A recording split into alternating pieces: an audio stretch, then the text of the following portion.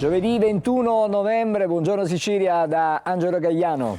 E una buona mattinata anche da Marco Carli. Fra poco torneremo da te Marco, intanto le notizie di cronaca, una tragica vacanza, turisti di Bolzano precipitano con il parapendio, muore il padre, grave la figlia, fatale una raffica di vento che li ha fatti schiantare contro un'ex discoteca di Milazzo. Doveva essere l'avventura da fare insieme in vacanza e invece il volo col parapendio dal costone di Milazzo per un padre e la figlia si è trasformato in tragedia.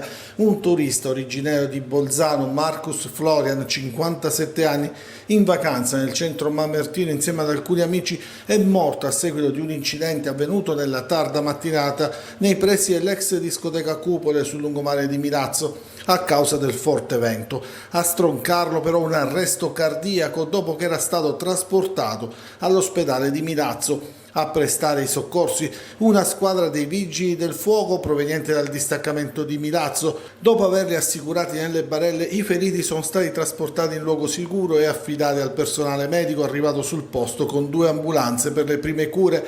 Mentre l'uomo è stato portato all'ospedale di Milazzo, la figlia che si trovava con lui invece, viste le gravi lesioni sul corpo, è stata intubata sul posto ed è stata trasportata in elisoccorso al Policlinico di Messina. E adesso Marco veniamo da te proprio per questa prima notizia. E andiamo sulla Gazzetta del Sud, Angelo, perché la Gazzetta del Sud ospita ovviamente la notizia in prima pagina con questo titolo: volo col parapendio, morto il padre, grave la figlia. Abbiamo sentito tutti i particolari nel servizio di Francesco Triolo. Qui ci vengono riassunti la coppia di turisti padre e figlia del Trentino, Marcus e Martina Florian, 57 e 30 anni. E si è schiantata ieri mattina col parapendio nei pressi dell'ex discoteca Le Cupole sul lungomare di Ponente, appunto a Milazzo. L'incidente sarebbe stato provocato da improvvise raffiche di vento. L'uomo, come raccontavamo anche nel nostro servizio, è morto all'ospedale di Milazzo. La giovane è invece ricoverata al Policlinico. Adesso andiamo invece a Trapani, torturati ed umiliati. 11 agenti sono stati arrestati, 14 sono stati sospesi. Gli inquirenti accendono i riflettori sull'inferno del carcere Cerulli proprio di Trapani. Il reparto blu del carcere Pietro Cerulli di Trapani era diventato un reparto infernale, un vero e proprio girone dantesco, come lo ha definito il procuratore di Trapani Gabriele Paci. Tra le celle anguste si sarebbero consumate violenze, torture e abusi nei confronti di detenuti italiani, stranieri e psichiatrici. Una zona franca l'ha definita il procuratore Paci, illustrando i particolari dell'inchiesta durata dal 2021 al 2023 e condotta dal nucleo investigativo regionale della Polizia Penitenziaria coordinata dalla Procura. Un'indagine che ha portato alle emissione di 25 misure di custodia cautelare nei confronti di agenti della Polizia Penitenziaria in servizio al Cerulli, 11 finiti agli arresti domiciliari, altri 14 sospesi dal pubblico ufficio, ma si parla di 56 indagati complessivamente. Se le accuse saranno confermate, si tratta davvero di una vicenda senza precedenti. Ricostruiti circa 20 casi. C'è il detenuto che aveva tentato di evadere e per punizione sarebbe stato denudato e preso a calci e pugni. Ad un altro recluso era stata gettata dell'acqua nella cella. Un altro detenuto, denigrato per le dimensioni dei suoi organi genitali, sarebbe stato costretto a attraversare il corridoio nudo. La risposta ad un altro che chiedeva la somministrazione della terapia era stata una secchiata di urina addosso. A volte ai detenuti venivano fatte fumare sigarette con l'aggiunta di sostanze non identificate. Arrivo a morire, sottolineava un agente intercettato, meglio cambiare sostanza, dagli questo che lo conosco, se è allergico, o anche venivano legati con il lenzuolo. Gli investigatori parlano di manganellate ai fianchi, violenza fisica e verbale. Sei un cane, spogliati, cosa inutile, urlavano.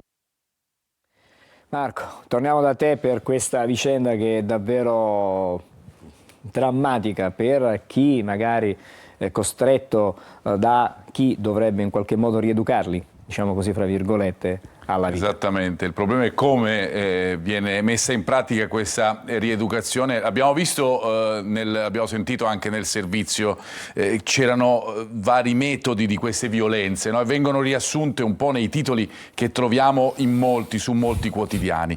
Ad esempio sulla Sicilia l'urina sui detenuti nel carcere lager, abbiamo sentito anche dal servizio, era uno dei metodi. Arrestati, questa è la notizia, 11 agenti penitenziari, sospesi altri 14, agivano in squadracce. E poi andiamo avanti, vi facciamo vedere ad esempio su Repubblica Palermo, risse ed evasioni nel carcere degli orrori, questo è il titolo, il caso delle torture ai detenuti. Ci sono appunto anche le foto che poi sono tratte da video che incriminano appunto gli autori delle violenze. Andando all'interno dei quotidiani vi facciamo leggere sempre i titoli delle pagine interne: detenuti umiliati da squadracce, lo massacrerei, arrestati 11 agenti penitenziari in servizio a Trapani, anche lanci di urina nelle celle. E chiudiamo con la pagina interna di Repubblica Palermo, il caso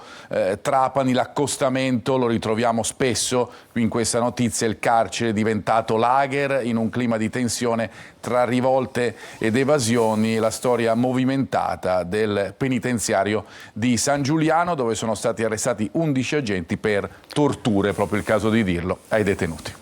Adesso torniamo a Piazza Armerina, svolta nelle indagini sulla morte di Lari, la quindicenne trovata impiccata ad un ramo. Dopo l'autopsia sono state definite anomale le modalità del presunto suicidio. Sentiamo il servizio. Diventa un giallo la morte di Larimar, la ragazza di appena 15 anni trovata impiccata a un albero 2 settimane fa a Piazza Armerina nell'Ennese. Dopo che la Procura dei minori di Caltanissetta ha avocato a sé l'indagine, emergono dubbi sull'ipotesi primaria, ovvero quella del suicidio. La ragazza infatti aveva collo, addome e piedi legati con una corda. Lo stabilisce l'autopsia, che ha trovato sul cadavere i segni delle corde, poi slacciate dalla madre della giovane nel tentativo di soccorrerla. La quindicenne aveva però le mani libere, ma l'osso cervicale non era spezzato e le scarpe erano pulite nonostante l'albero si trovi in mezzo al terreno. Tutti elementi che fanno definire anomale le modalità del suicidio agli inquirenti. Nonostante i dubbi, l'inchiesta al momento ipotizza proprio l'istigazione al suicidio. La Procura dei minori di Caltanissetta ha disposto il sequestro dei telefoni di 8 ragazzi conoscenti e compagni di scuola della quindicenne. Tra le ipotesi c'è quella che dietro al gesto della ragazza possa esserci stato il timore che venissero diffuse alcune sue foto intime. Secondo la ricostruzione, la giovane aveva litigato con una coetanea che la accusava di aver intessuto una relazione occasionale con il suo ex, una circostanza che il ragazzo avrebbe ammesso durante la lite, sostenendo di essere stato ubriaco. Una lite avvenuta davanti a decine di studenti. Proprio le foto di quel fatto sarebbero state al centro dei timori di Lari. L'avvocato della famiglia della quindicenne, Milena Ruffini, prosegue anche le indagini difensive. Nei giorni scorsi ha chiesto ufficialmente un incontro alla preside della scuola delle 2 studentesse, senza però avere risposta. La famiglia pensa a presentare un esposto denuncia, ma solo dopo aver completato una serie di verifiche sulla sequenza dei fatti, fin qui ancora troppo confusi.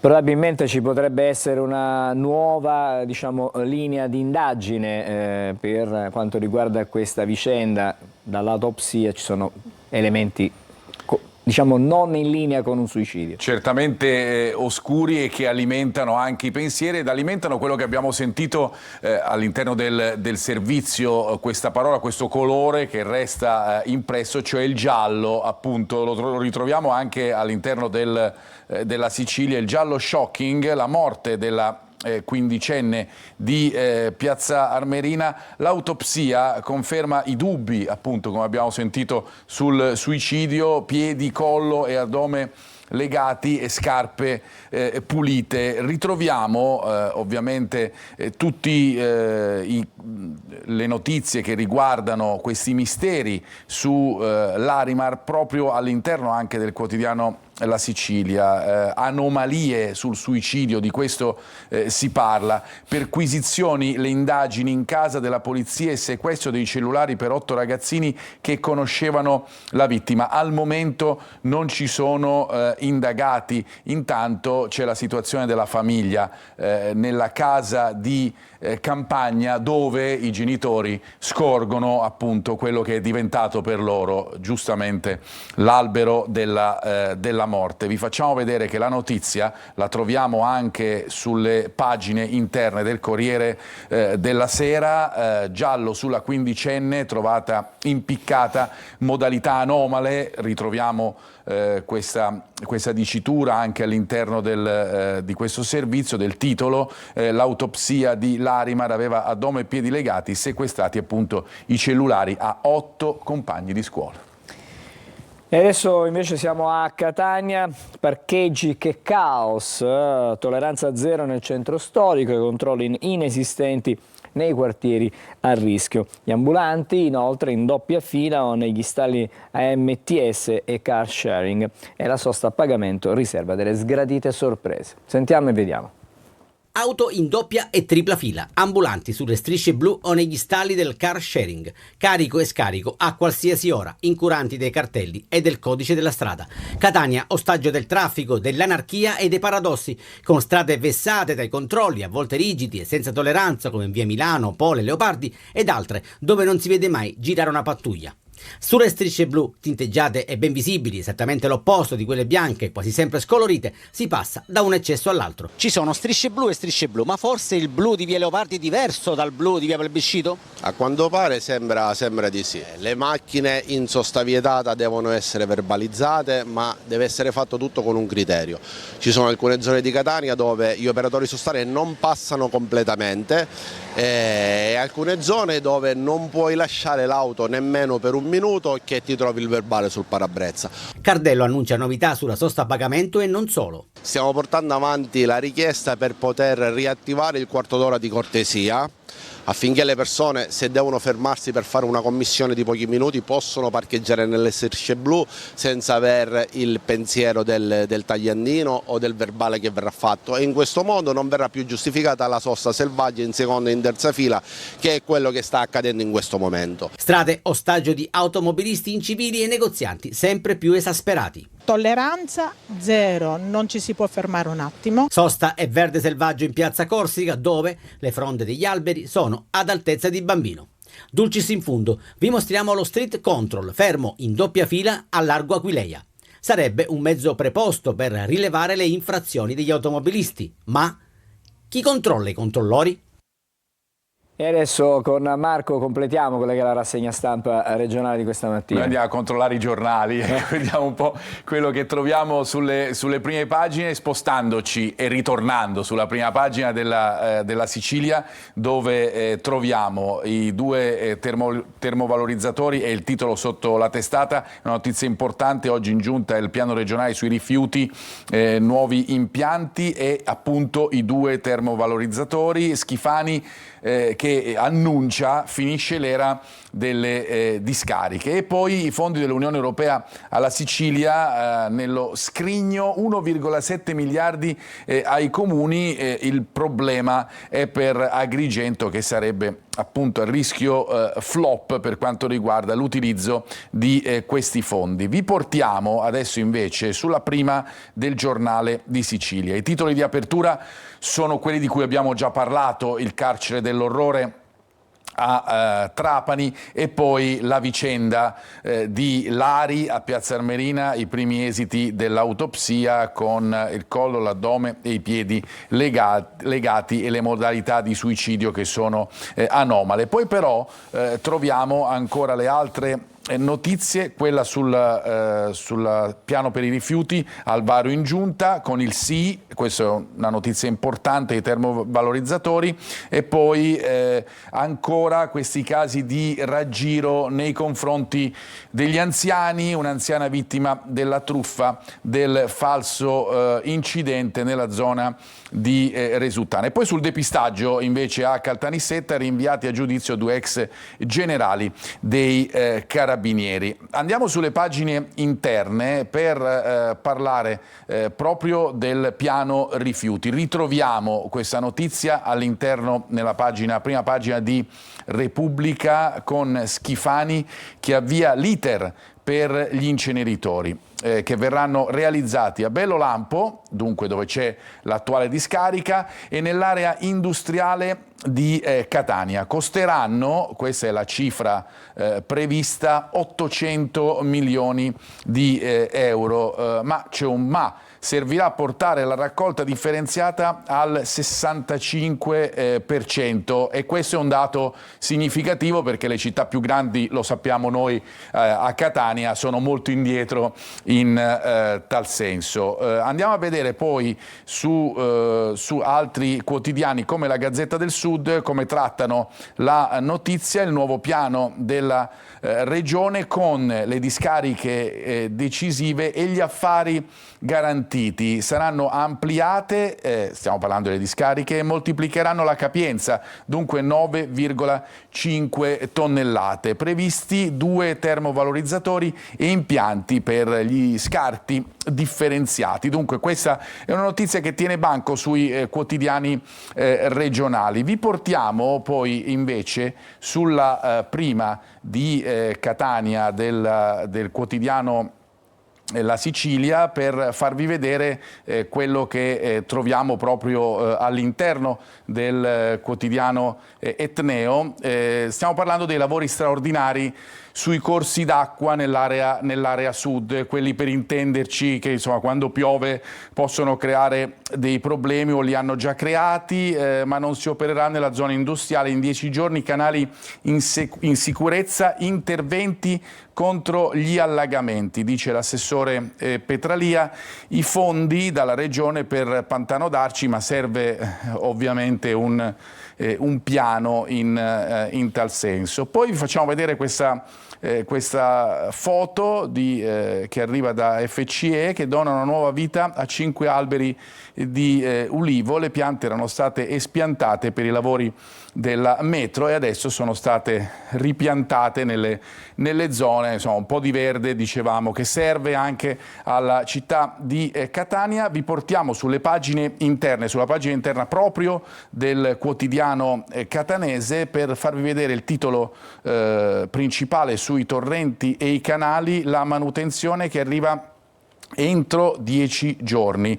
I fondi, ne avevamo parlato nel titolo, saranno per circa 150.000 euro e saranno messi in sicurezza i corsi d'acqua Maristaeli, Acquasanta, Forcile e Bummacaro. Per Acquicella invece bisognerà aspettare. Zona industriale ancora in attesa, il canale Pantano che costeggia la statale 114 rientra in un intervento regionale, dice l'assessore Petralia in questo articolo realizzato da Maria Elena Quaiotti. E poi i lavori di ripulitura nelle zone critiche che sono stati affidati nella giornata di lunedì dalla direzione alle manutenzioni, un tema importante sentito nella città di Catania che potrebbe, ripetiamo il condizionale d'obbligo, trovare delle soluzioni. Bene, grazie allora Marco. Adesso noi come ogni mattina ci colleghiamo con la polizia stradale, il compartimento della Sicilia orientale. Vedo già collegato con noi il vicequestore, il dottore Giovanni Martino. Buongiorno, ben trovato. Ci dà uno spaccato di quella che è la situazione anche della viabilità. Siamo proprio all'esterno questa mattina. Buongiorno. Buongiorno a lei, ben trovato al nostro appuntamento quotidiano. Sì, la mattinata odierna non ci consegna una giornata particolarmente complicata.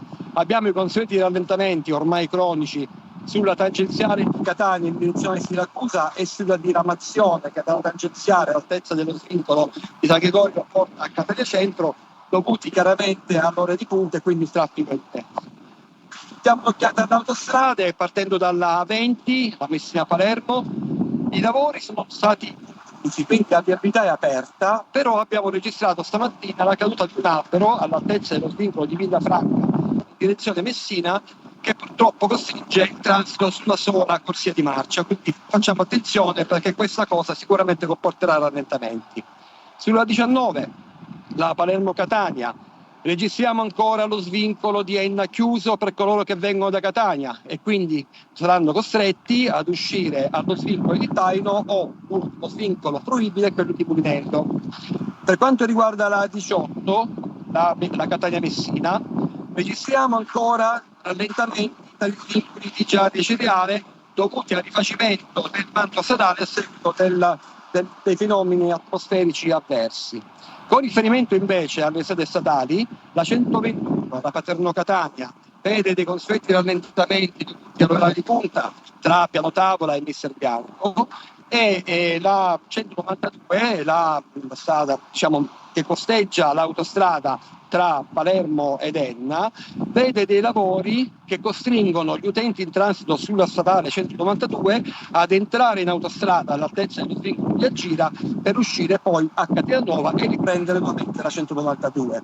Sull'autostrada Catania-Siracusa, che vedete alle mie spalle, il traffico è regolare, però abbiamo dei cantieri in atto che potrebbero presentare quindi dei rallentamenti, per cui prestiamo la massima attenzione. Io vorrei ricordarvi che la presenza dei cantieri, sebbene comporti, mi rendo conto, dei disagi e carico di utenza, tuttavia comporta anche positivo l'ammodernamento della rete viaria ed anche un'implementazione della sicurezza, per cui la pazienza in questi casi è d'obbligo e quindi dal compartimento della Sicilia orientale vi auguro una buona giornata e restituisco la linea. Grazie a lei, grazie al vicequestore, il dottore Giovanni Martino, che ci parlava questa mattina da Siracusa. Adesso, come sempre, restiamo a parlare di viabilità, perché diamo uno sguardo a quello che succede sulle arterie, su alcune delle arterie della città di Catania, arterie di viabilità. Chiaramente siamo sulla circonvallazione, in questo caso al Tondo Gioieni. Il traffico questa mattina sembra andare a rilento, ma è l'orario, chiaramente l'orario di punta.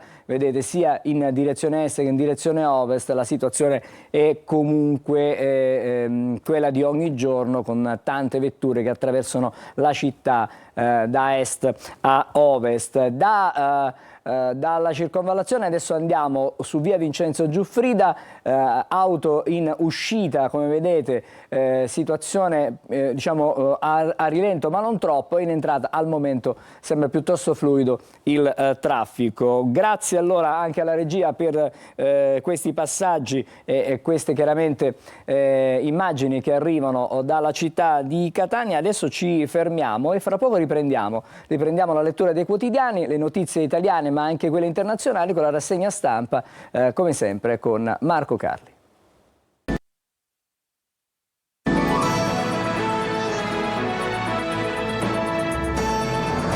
Rieccoci di nuovo insieme, buongiorno Sicilia. Torniamo allora ai quotidiani nazionali, questa volta per le notizie che arrivano non solo dall'Italia ma anche dall'estero. Marco. Esattamente, proprio così Angelo, ci sposteremo fra poco per osservare le prime pagine dei quotidiani nazionali. Che notizie troveremo? Quelle relative alle nomine in Commissione europea, che riguardano anche un italiano, Raffaele Fitto, che diventa vicepresidente. E poi la situazione incandescente in Ucraina, con l'autorizzazione da parte degli Stati Uniti per l'esercito ucraino di utilizzare anche le mine antiuomo. Si parla tanto anche sui quotidiani nazionali del nuovo codice della strada, con l'inasprimento di alcune regole. E poi, sotto l'aspetto dello sport, il successo nella BJK Cup, la Coppa Davis al femminile dell'Italia, che diventa la squadra più forte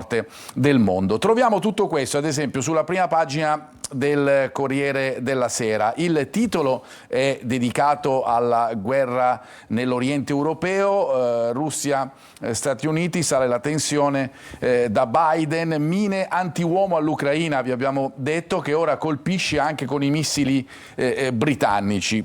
Pensate che insomma la guerra va avanti da 1000 giorni e si parla tanto e spesso di pace, ma questa è la situazione. Ambasciate occidentali evacuate per un finto attacco, Kiev parla di guerra psicologica.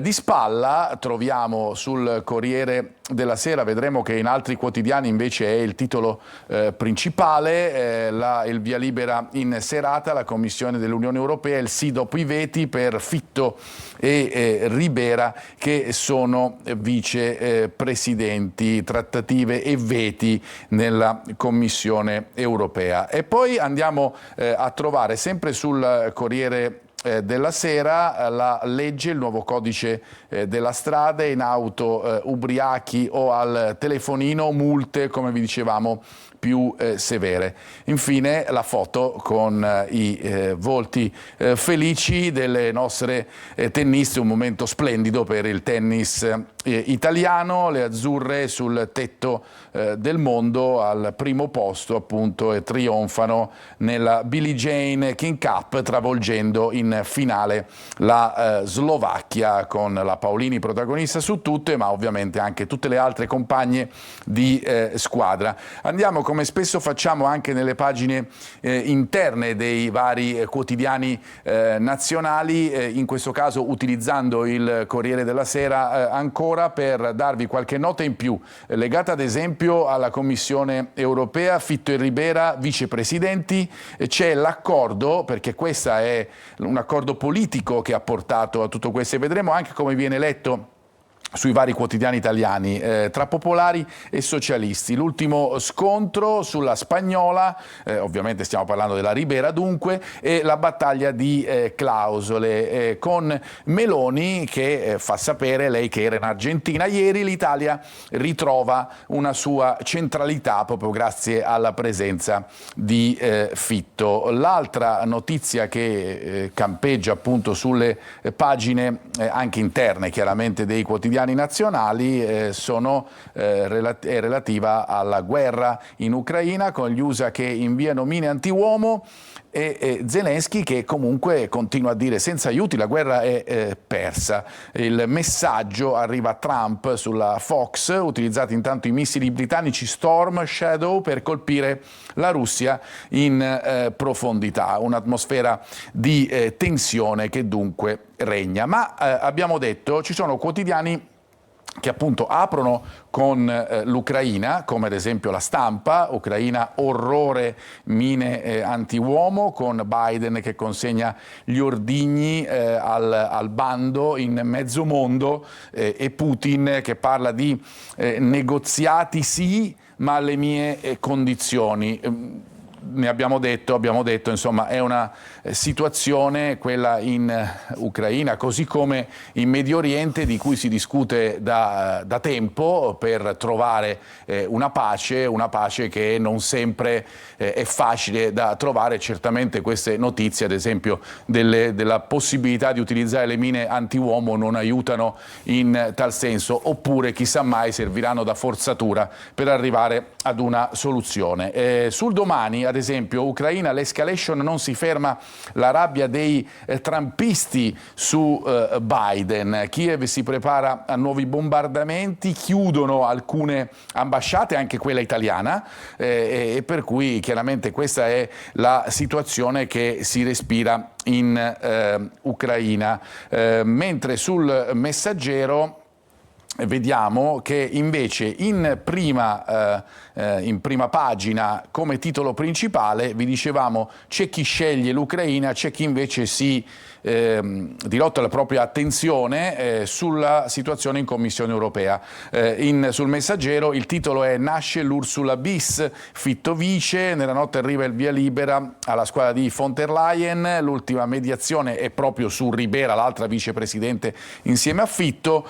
Ucraina, dopo le minacce, Putin apre un tavolo, vuole trattare però solo con Trump, che è, lo sappiamo, in una situazione appunto particolare anche negli Stati Uniti. Vi dicevamo come viene letta questa situazione della Commissione europea, o con la semplice notizia, la Commissione dell'Unione Europea sulla Nazione, per cui anche Giorno e il Resto del Carlino, quotidiano nazionale, c'è l'accordo, via libera Fitto, trovata solo a tarda sera l'intesa annunciata appunto tra socialisti e liberali, PSE e PPE, socialisti europei e popolari europei, sulla vicepresidenze dell'italiano e della spagnola Ribera. È caduto il muro dei popolari iberici sul nome indicato da Madrid, la soddisfazione della Premier, mercoledì il voto che sarà espresso da parte dell'Europarlamento. Ma è una notizia che viene ovviamente letta anche in termini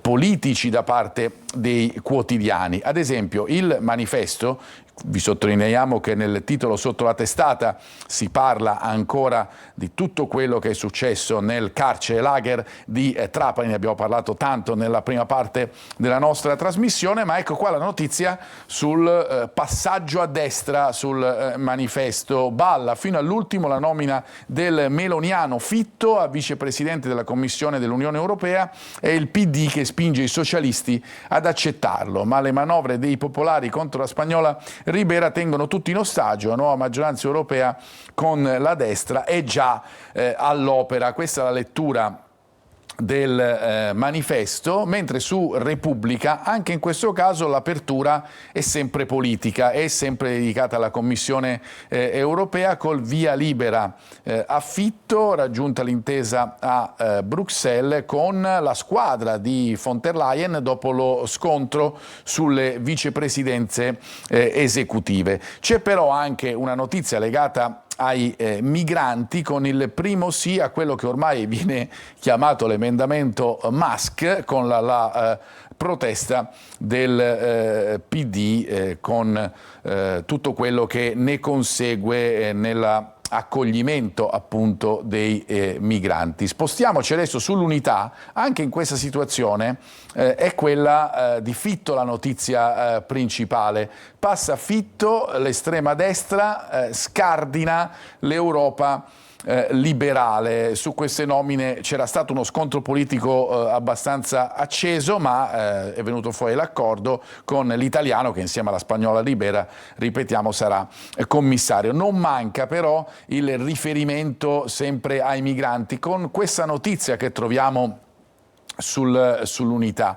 Speronano e uccidono 52 migranti. Il mandante, il governo italiano, la guardia tunisina, prima gli è andata addosso e poi li ha guardati affogare. Questo troviamo sull'Unità nella prima pagina di oggi. Vi facciamo vedere poi anche sul Sole 24 Ore quelle che sono le notizie che ritroviamo, perché abbiamo detto aperture sulla guerra in Ucraina, sulla Commissione europea, ma c'è anche il nuovo codice della strada e sul Sole 24 Ore diventa determinante, diventa più importante, diventa la notizia di apertura, anche perché interessa praticamente tutti gli italiani.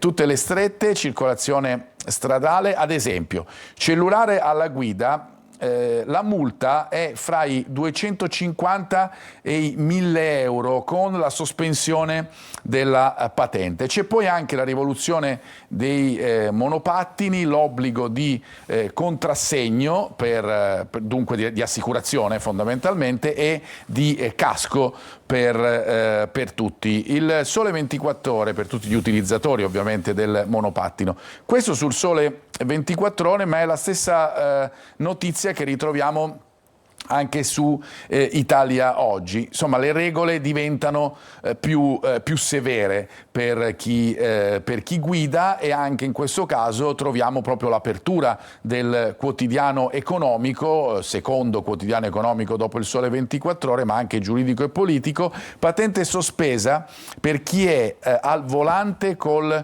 telefonino, assicurazione, targhetta e casco per i monopattini, e poi anche l'alcolock per chi viene condannato per guida in stato di ebbrezza, per cui insomma una situazione che, come dicevamo, si inasprisce tanto per chi infrange le regole mentre è alla guida della propria auto, e non solo. Abbiamo visto che le regole riguardano anche nuovi mezzi di comunicazione stradale che spesso sfrecciano fra i marciapiedi delle strade, come ad esempio i monopattini. Angelo, a te. Grazie Marco, e durante la nostra mattinata stamattina parleremo anche degli italiani alla guida e quindi toccheremo certamente il tema del nuovo codice della strada. Per noi c'è una breve sosta con Marco Carli, ci ritroveremo nel corso della nostra mattinata, e poi il primo ospite di oggi. Ben ritrovati da Sofia Inglese di Trebi Meteo. Ci attende un giovedì con tempo instabile sulle regioni centro-settentrionali, con l'arrivo di qualche fiocco di neve fin verso le pianure, nevicate localmente anche copiose sui rilievi della Valle d'Aosta. Al centro-sud inizialmente i cieli saranno in prevalenza sereni, poi tra pomeriggio e sera sopraggiungerà qualche fenomeno sparso, anche sulle coste settentrionali della Sicilia. Attenzione ai venti che soffieranno infatti sostenuti, con mari localmente anche molto agitati. Temperature massime intorno ai 19-20 gradi. Nel corso della giornata di venerdì i cieli saranno sempre in prevalenza sereni, ma da segnalare un po' più di instabilità sulle coste settentrionali della Sicilia, con qualche fenomeno sparso. Le temperature non subiranno particolari variazioni, le punte massime infatti saranno ancora intorno ai 19-20 gradi. Tutti i dettagli precisi in merito alle vostre località sull'app di Trebi Meteo.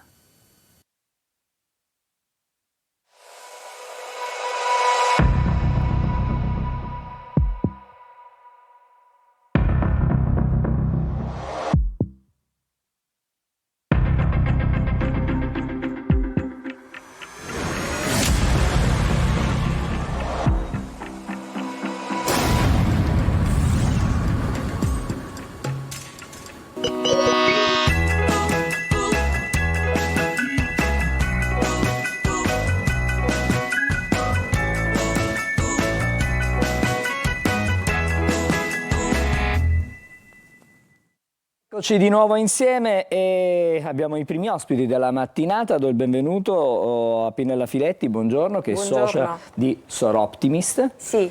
Parleremo di questo corso fra non molto, che è stato organizzato per chi fa anche da confidente, da psicologo, da sostegno, mi riferisco alle donne, e per parlare di questo lo faremo anche con Salvo D'Amico, che ha partecipato al vostro corso tenuto qualche giorno fa, al corso di Soroptimist, ed è anche un parrucchiere, quindi diciamo ha la possibilità di raccontarci anche qualche esperienza, insomma, visto che i parrucchieri sono visti, parrucchieri ma non solo, gli estetisti, cioè le persone con cui dove si va per magari passare un po' di relax, sistemarsi, farsi belli, farsi belle, e si entra in confidenza. Allora, Soroptimist cos'è? Soroptimist International è un'associazione appunto internazionale di donne professioniste nei più svariati settori, che si occupa a cuore la condizione femminile, quindi i diritti umani, la parità di genere, l'empowerment femminile, la crescita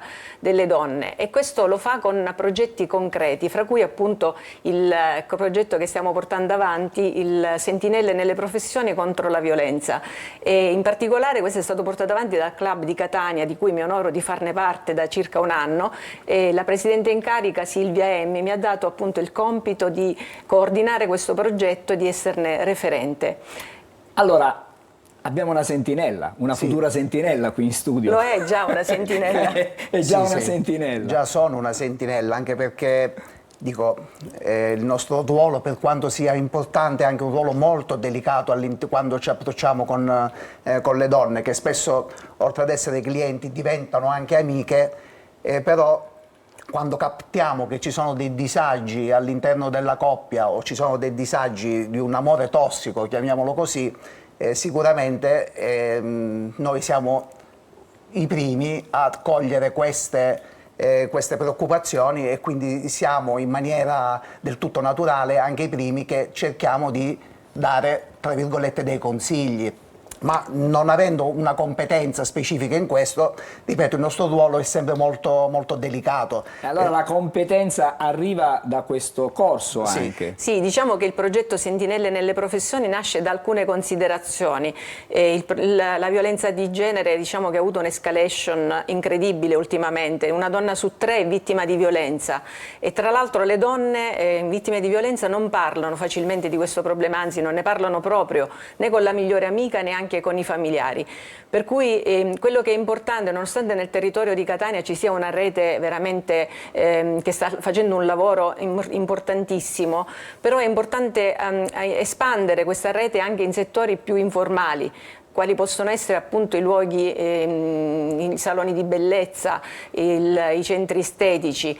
Perché questo? Perché nel momento in cui la donna, è difficile intanto che in prima battuta la donna vada direttamente dalle istituzioni, quindi se c'è la possibilità magari una confidenza la fa più facilmente al proprio parrucchiere, all'estetista, e nel momento in cui fa questa confidenza il ruolo di chi ascolta è fondamentale, perché in base a quello che dirà, in base a come lo dirà, la donna probabilmente sceglierà se farsi aiutare o meno. Quindi è una cosa fondamentale. Ecco perché noi lunedì scorso abbiamo fatto il corso di formazione al Palazzo della Cultura a Catania con il patrocinio del Comune, e c'era anche la presenza dell'assessore alle pari opportunità Viviana Lombardo.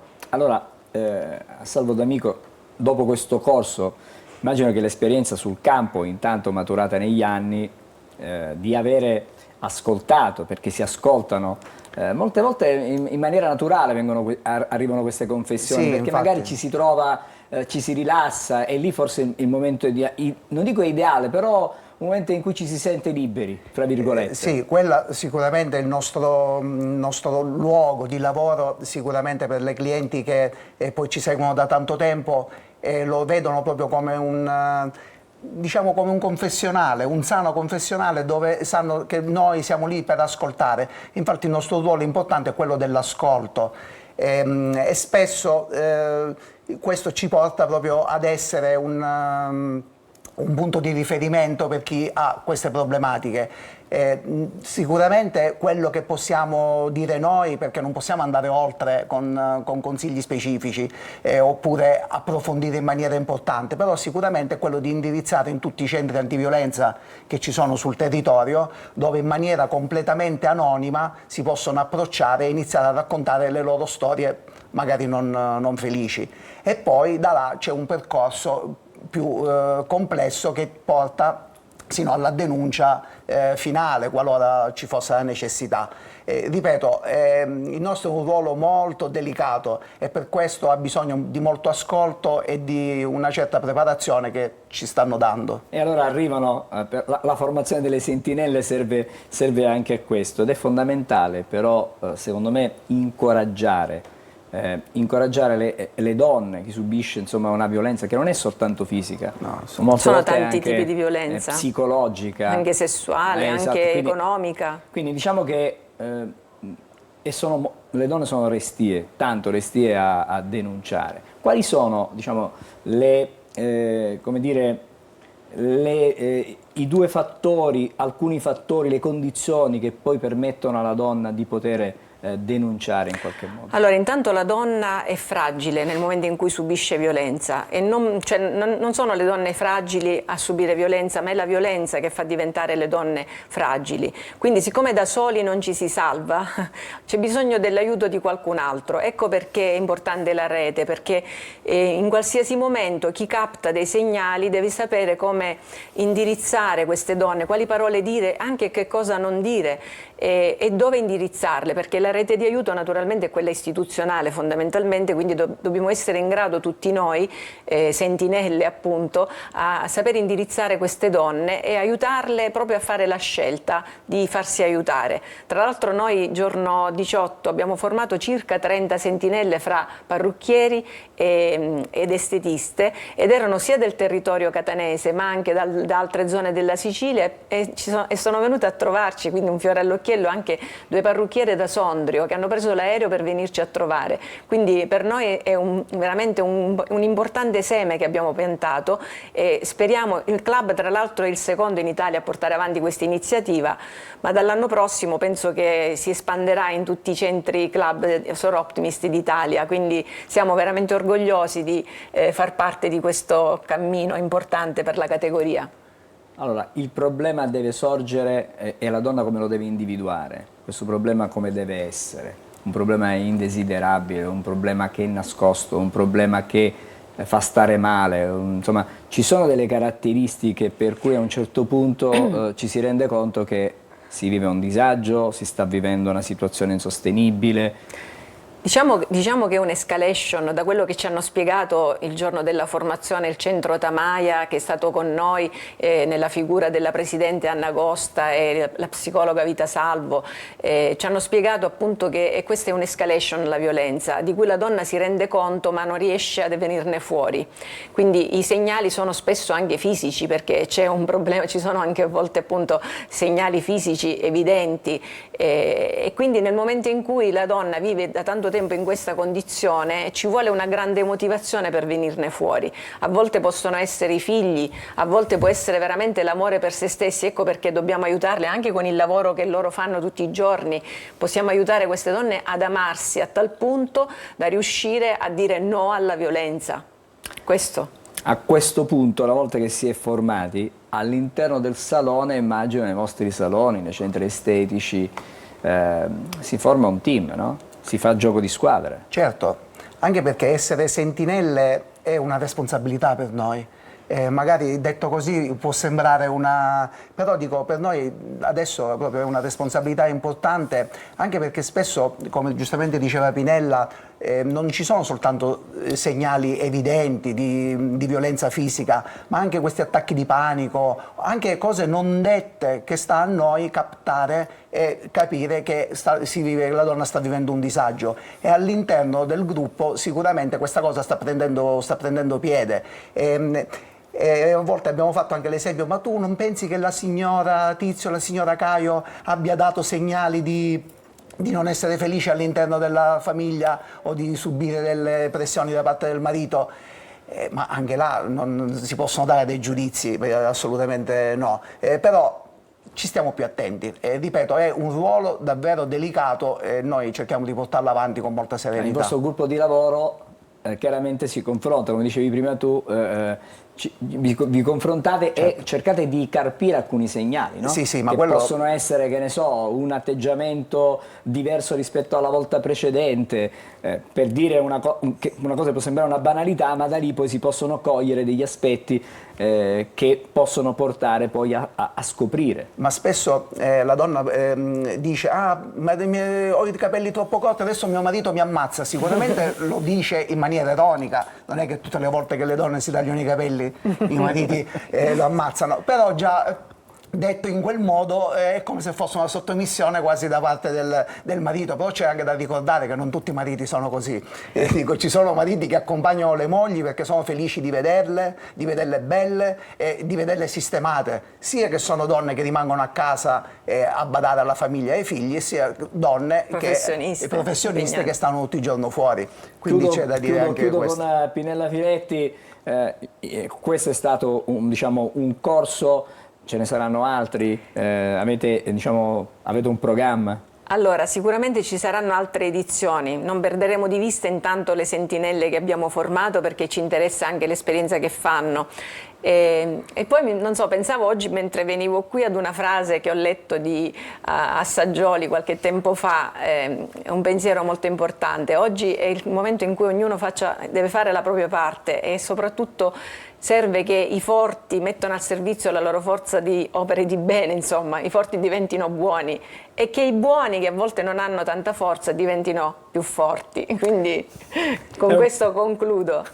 Grazie a Pinella Filetti, che è socia di Soroptimist, ma anche a Salvo D'Amico, che è una nuova sentinella. Una nuova sentinella, tra l'altro è un uomo, e erano in pochi in realtà gli uomini presenti, ma vogliamo accrescere ancora di più proprio il pubblico maschile, perché è giusto che gli uomini in questo caso diventino consapevoli del fenomeno e si mettino in discussione in prima persona. Per cui grazie anche a Salvo D'Amico per aver partecipato ed essere una sentinella. Ci mettiamo la faccia come Ci mettiamo uomini. la faccia. Grazie. In bocca al lupo. Grazie a lei, buongiorno. Ci fermiamo, fra pochissimo saremo di nuovo insieme con un altro ospite ancora qui a Buongiorno Sicilia.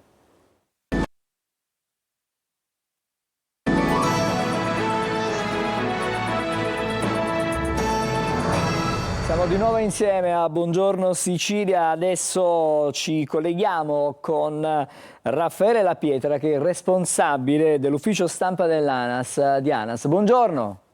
Buongiorno a voi, buongiorno a tutti i telespettatori. E lei in sala operativa, vedo, praticamente ha tanti monitor alle spalle, quindi sì, ci può in tempo reale quello che succede sulle strade italiane. No, però stamattina siamo qui per parlare di quelle che sono le abitudini degli italiani, di tutti noi, quando siamo alla guida delle nostre auto, delle nostre moto. E proprio oggi, diciamo ieri è stata varata la riforma del codice della strada, quale migliore occasione per cercare di capire quali sono questi comportamenti, perché gli italiani, secondo quello che viene fuori da uno studio, per il 51% non considerano rischioso superare il limite di velocità, ed è invece uno dei temi da attenzionare maggiormente, quello del limite della velocità. Sì, questa è la quarta ricerca condotta da ANAS per il quarto anno consecutivo, è una ricerca e un'indagine proprio su come si comportano gli italiani alla guida. È stato intervistato un campione di circa 4.000 persone, ci sono state 3.500 osservazioni dirette proprio su strada, e il monitoraggio e l'indagine ha riguardato 12 strade e raccordi autostradali che sono di competenza ANAS tra nord, centro, sud e anche le isole. Ecco, come si diceva appunto in precedenza, il 51% degli italiani, e questo è il dato che è emerso maggiormente, il 51% degli italiani ritiene che superare il limite di velocità, ecco, vedere quel cartello e superarlo non costituisce pericolo. Ma poi c'è un altro dato, il 34,7%, sicuramente è un dato inferiore, ritiene invece che sia utile rispettarlo, e poi c'è il 16,2% circa che ritiene che un guidatore esperto invece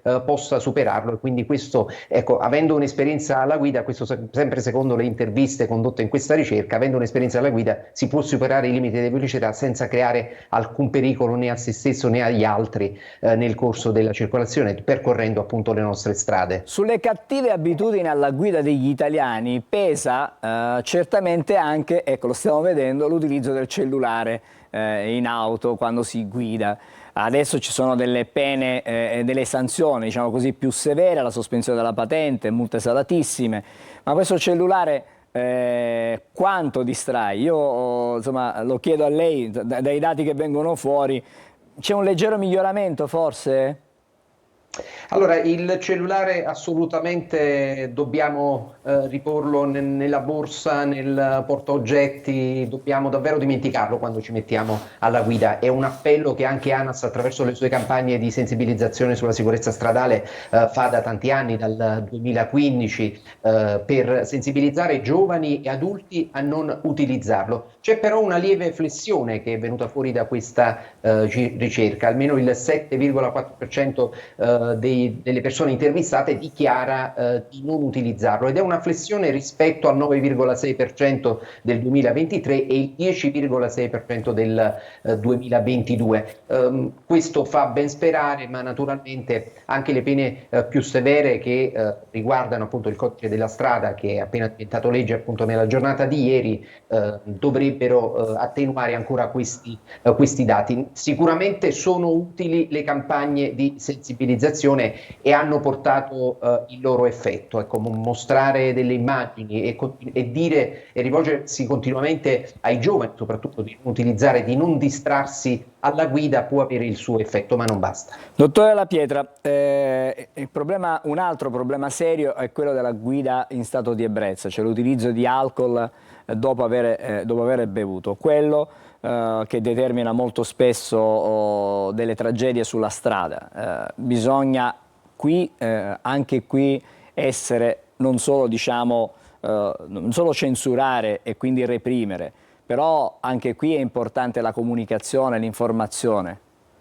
Sicuramente è un altro dato che emerge da questa indagine, che il 72% circa delle persone intervistate, è un dato abbastanza alto, dichiara che l'utilizzo, mettersi ubriachi alla guida oppure l'utilizzo di sostanze stupefacenti è sicuramente un pericolo per la circolazione, per sé e per gli altri. Naturalmente è un dato che speriamo che si alzi ancora, una percentuale che continui ad alzarsi, e adesso che ci sono anche le pene previste dal codice della strada è un pericolo costante, davvero una sensibilizzazione che deve continuare, un'informazione, una comunicazione da parte di tutti noi, da parte degli enti, da parte degli organi di informazione. È giusto farlo perché rappresenta un pericolo per la circolazione. C'è però anche un altro dato importante, che il 60,2%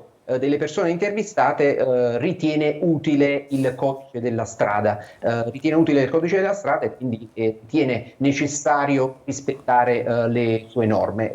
Consideriamo che questa ricerca è stata effettuata ancora prima che appunto la nuova riforma si tramutasse in legge, quindi anche questo dato fa ben sperare sul comportamento degli italiani. Siamo ancora ben lontani naturalmente da un comportamento completamente corretto per ridurre notevolmente gli incidenti sulle nostre strade. C'è una curiosità che mi salta all'occhio, la leggo insieme a lei, perché il 55,4% degli italiani ritiene che gli incidenti stradali dipendono da comportamenti errati. L'11,4% degli intervistati dice però che durante la guida si possono svolgere altre attività.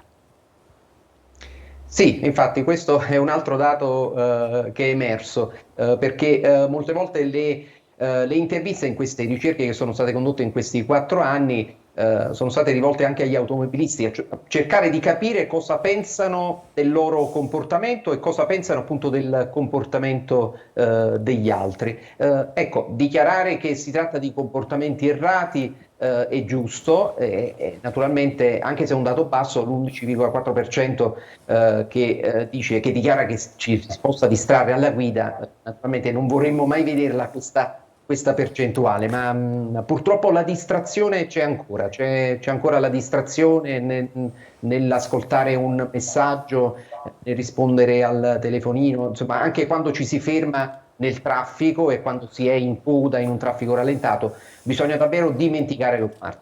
Chiudo con lei questa mattina con l'obiettivo che si pone il nuovo codice della strada, che è quello di ridurre le vittime, perché sono davvero tantissime, 3.000 ogni anno, 3.000 persone perdono la vita nel nostro paese sulle strade italiane.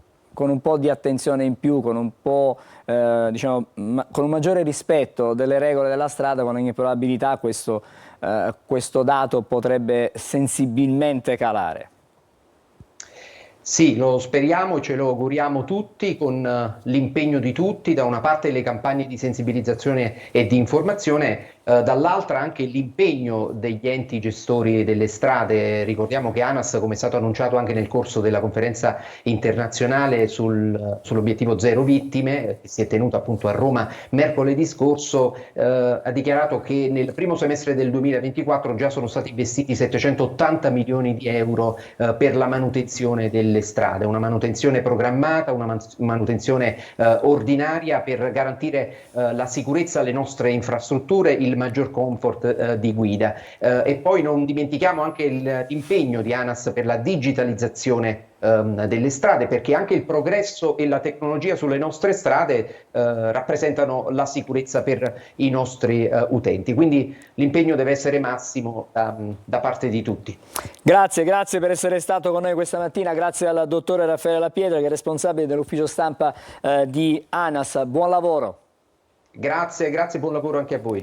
Grazie, allora adesso ci fermiamo e poi un argomento che ci avvicina alle prossime feste di Natale, cioè di fine anno. Torneremo a occuparci dell'eterno dilemma: meglio il panettone oppure il pandoro. Ma non solo di questa, fra pochissimo.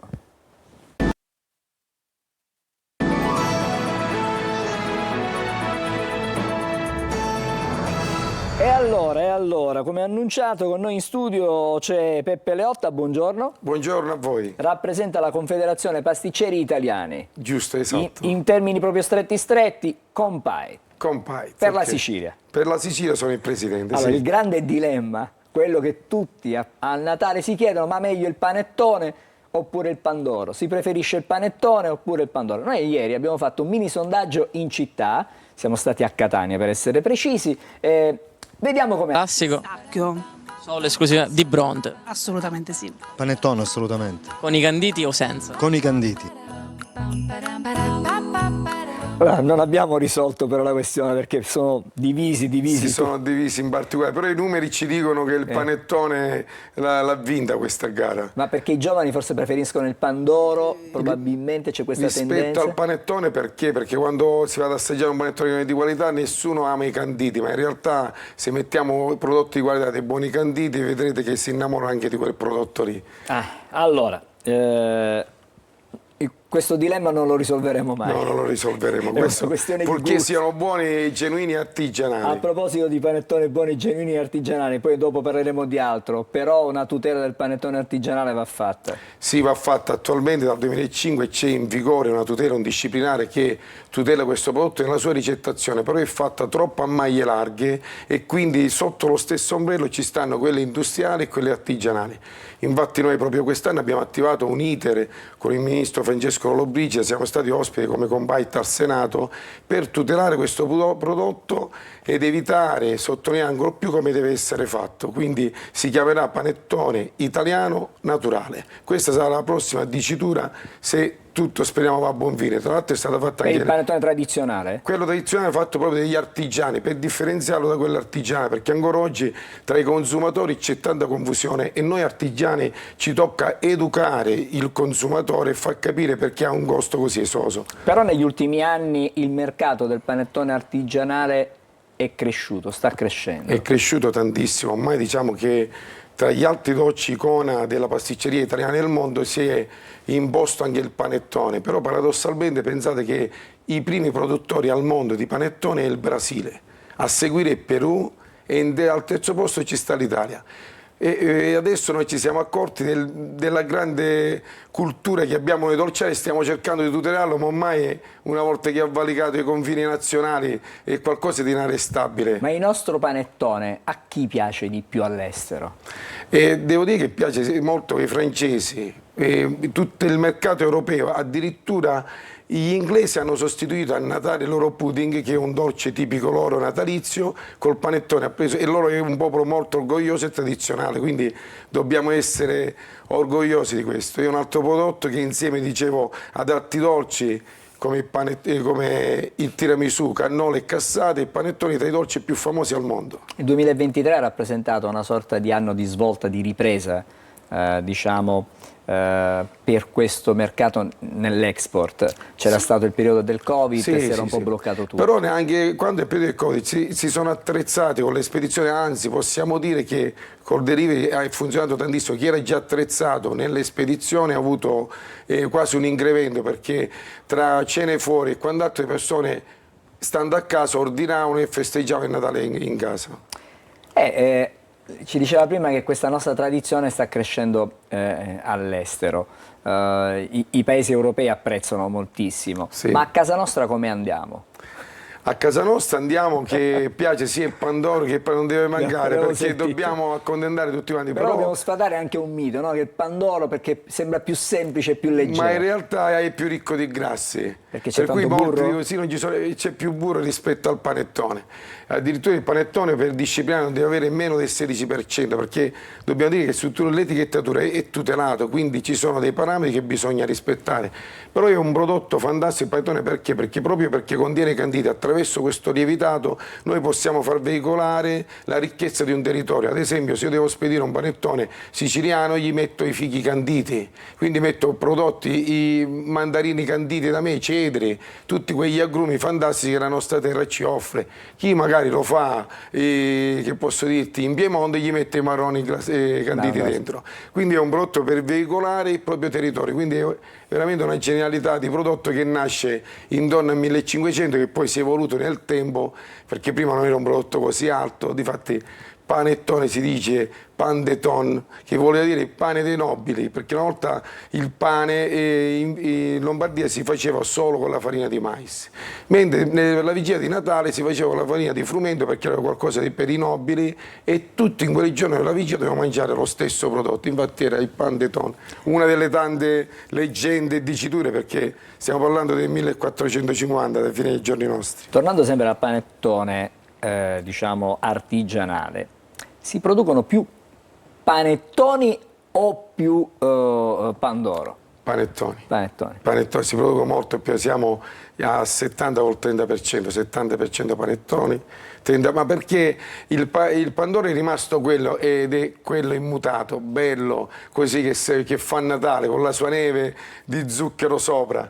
Mentre il panettone, come dicevamo prima, ci sono un'infinità di varianti sia sui canditi. La fantasia la si può utilizzare. Io vorrei fare però un appello a tutti i pasticceri siciliani. Il dolce tipico siciliano è natalizio, è il buccellato. Non perdiamo le tradizioni, perché una volta prima di questo avvento globale del panettone, sui tavoli dei siciliani ci stava il buccellato, la vigilia di Natale, decorato, carino, pinzettato, con la sua faccia bella corposa di frutta secca, fichi secchi, canditi, pinoli. C'è una sorta di mastazzolo, diciamo così. Sì, però fatto proprio rotondo, tutto pinzettato, ed è un qualcosa che non dobbiamo perdere. Le nostre tradizioni si devono mantenere. Io dico sempre che un professionista deve mantenere sempre un piede nel passato, uno nel presente e lo sguardo rivolto al futuro per non fermarsi mai questo. Ma adesso faccio un'altra domanda. Il panettone tradizionale è bellissimo, quello artigianale poi è veramente... Ma c'è tanto lavoro dietro. C'è tanto lavoro. Possiamo dire anche ci sono tanta conoscenza si acquisisce nel tempo,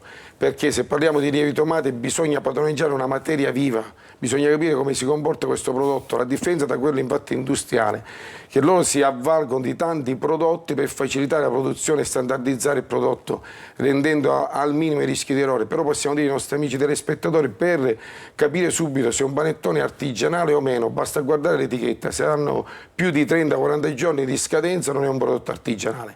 Infatti le industrie mettono dentro monodigliceti degli acidi grassi. Sono dei conservanti, no? Sono dei conservanti che danno più longevità al prodotto, quindi fino a 6 mesi. Addirittura i panettoni che mangeranno a Natale li hanno prodotti ad agosto mentre noi facciamo il bagno.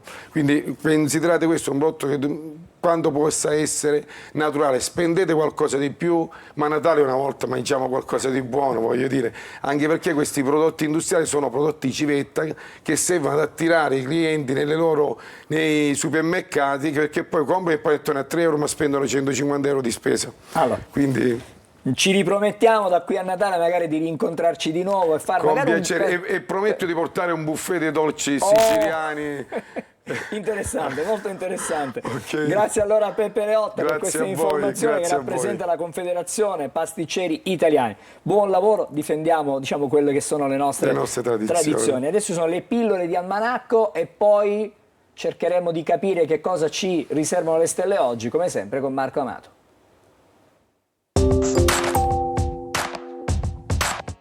Il 21 novembre di ogni anno si celebra la giornata mondiale della televisione.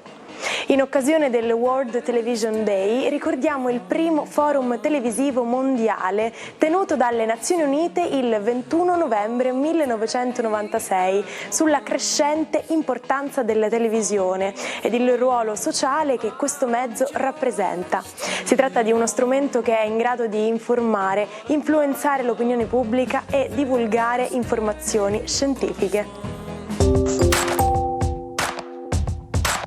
Ma sapete come poter utilizzare l'energia solare? Si può utilizzare per riscaldare l'acqua attraverso i collettori solari oppure trasformandola in energia elettrica grazie all'utilizzo di pannelli fotovoltaici e all'effetto fotoelettrico, per cui all'interno del materiale che viene irradiato verrà prodotta una corrente elettrica. Ma sapete qual è l'impianto solare più grande del mondo? Si trova in India ed è costituito da oltre 2,5 milioni di pannelli solari.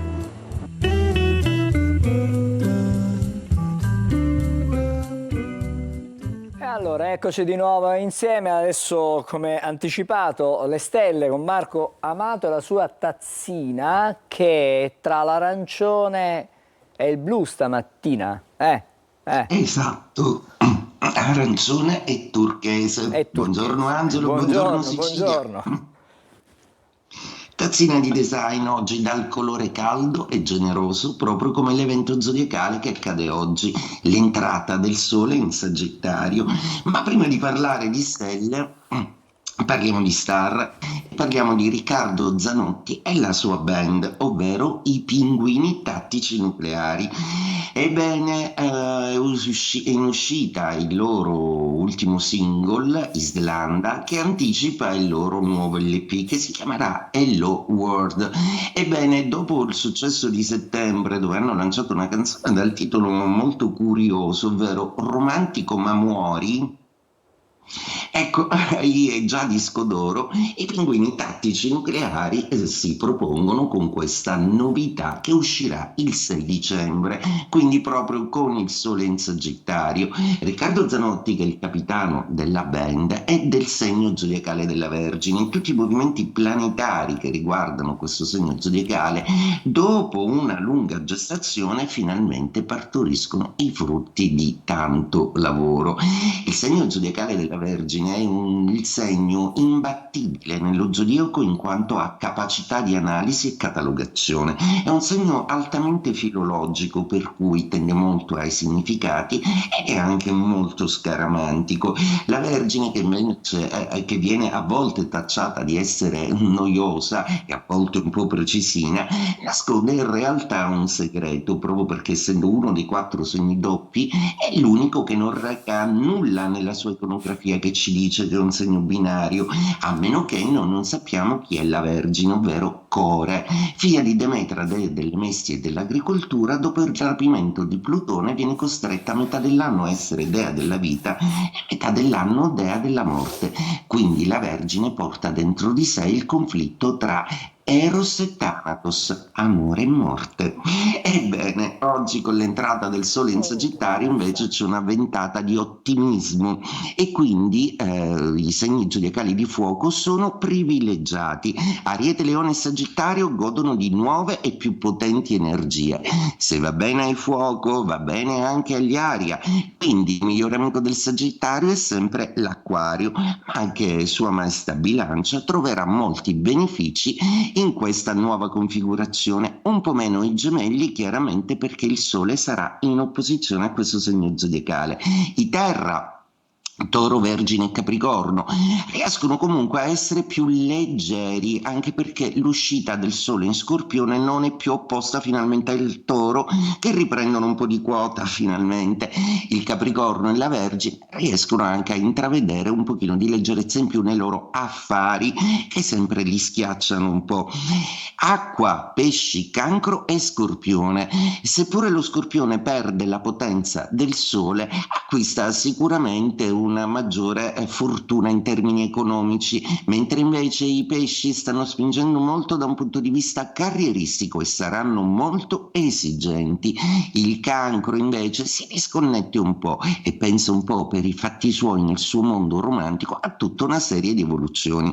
E detto questo, auguro buon Sole in Sagittario a tutti, una splendida giornata e rispetto alla diatriba Panettone o Pandoro, l'importante è che sia buono. Grazie Marco, sono perfettamente d'accordo con te, immagino anche Marco Carli che ci ha raggiunto in studio.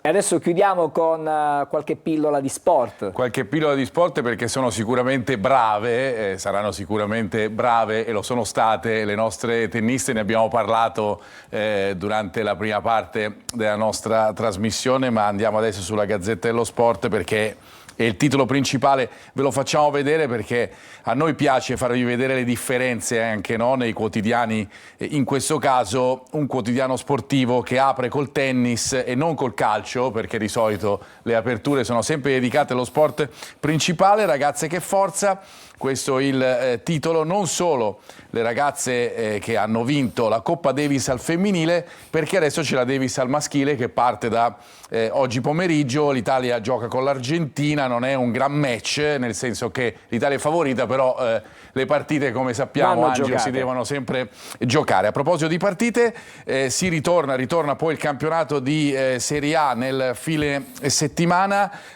Morata e UEA per il big match, Milan-Juventus, e Lautaro che tenterà di trascinare l'Inter dopo il super gol segnato con l'Argentina.